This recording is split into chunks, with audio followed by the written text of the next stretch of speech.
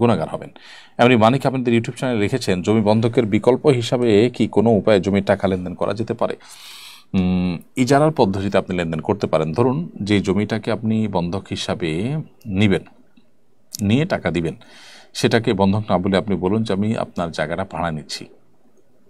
সেই ভাড়ায় নেওয়া জায়গাটা যে কোনো মূল্য আপনারা নির্ধারণ করতে পারেন, 10, 20, 100, 200, 500, 1000 যেটাই হোক।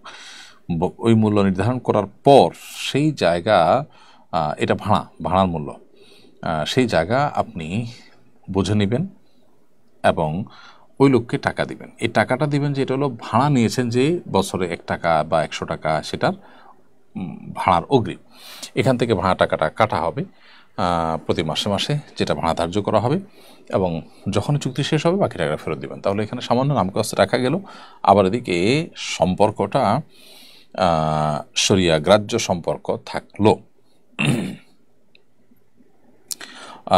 এবং সেই সাথে যে আপনার লেনদেনটা হলো, সেই লেনদেনটা ইজারার লেনদেন হলো। অর্থাৎ আমি আপনাকে 100 টাকা দিলাম, আপনি জমি দিলেন, আমি 1 টাকা 1 টাকা করে বা 10 টাকা 10 টাকা করে মাসে বা বছরে ভাড়া দিলাম।